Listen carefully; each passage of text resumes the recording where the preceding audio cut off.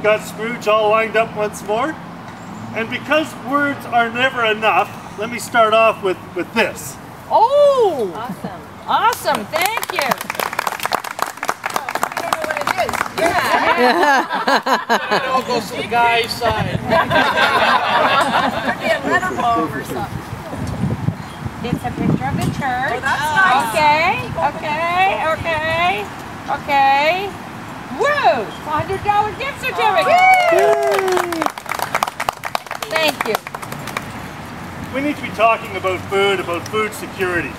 And I was really intrigued by watching the news coverage of the UN envoy, Olivier the Shooter, who was in Canada earlier this month. He described Canada as being this rich and wealthy country, and then pointed out that 1 in 10 families where there's a child under the age of 6 is unable to meet their food needs. 900,000 households, 2.5 million Canadians relying on food banks. It's not surprising to us who are here. 10th anniversary of the presence of the Kawartha Lakes food source. The 3rd decade of food banks trying to meet that need. Yes. We know the statistics, but what I really was surprised by was the response from Parliament Hill. Immigration Minister Jason Kenney, who even before the report was presented, described it as ridiculous. In a veiled threat about Canada's support to the UN, said you shouldn't be here. Health Minister, Fiona Gluklik, Health Minister you'd like to think would take this seriously, described it as being a bit patronizing and tried to shift the blame to environmentalists and activists. Newspaper editorials supported the government's non-action, and did so by saying only 5% of Canadians are malnourished. And that's no worse than it was in 1992. They defended it saying, although relatively speaking the bottom 20% of Canadian society is worse off relative to others, they are marginally better off than they were 35 years ago. Which means more Canadian households have TVs and telephones now than they did 35 years ago. We know you don't need a TV. But the third defense I found so astounding that I prayed that it was intended as satire. But it wasn't. The argument was that there is no right to food in Canada.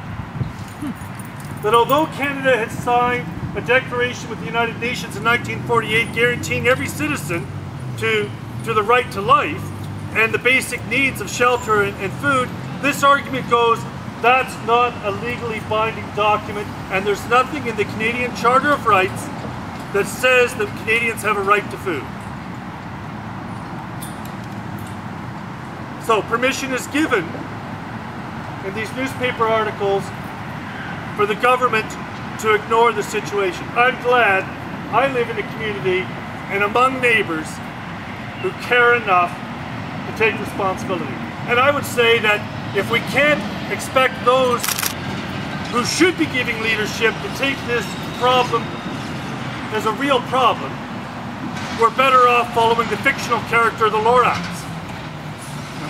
Unless someone like you cares a whole awful lot, nothing's going to get better, it's not. John Ivison, in his editorial, May 17th in the National Post, dared to quote scriptures and the passage, "The poor will always be with you." Those words come from Deuteronomy, the book of Deuteronomy. It's a bad choice on his part. If he had actually read the verse, it does not give permission to shrug and do nothing. The verse concludes with the command, "The poor will always be with you, so reach out to those who are needy your hand. And take care of the needy, take care of your neighbor." It is a command to action. Words are not enough. They need to be followed up with action. I commend you for the action you're taking to create awareness. And I want to pray for you. And I want to pray that you have good weather. But Amen. there are crops that need the rain.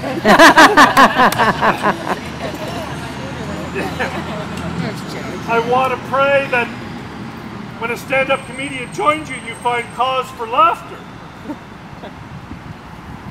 But a problem that is real and can't be ignored. And in many homes there is not joy and laughter.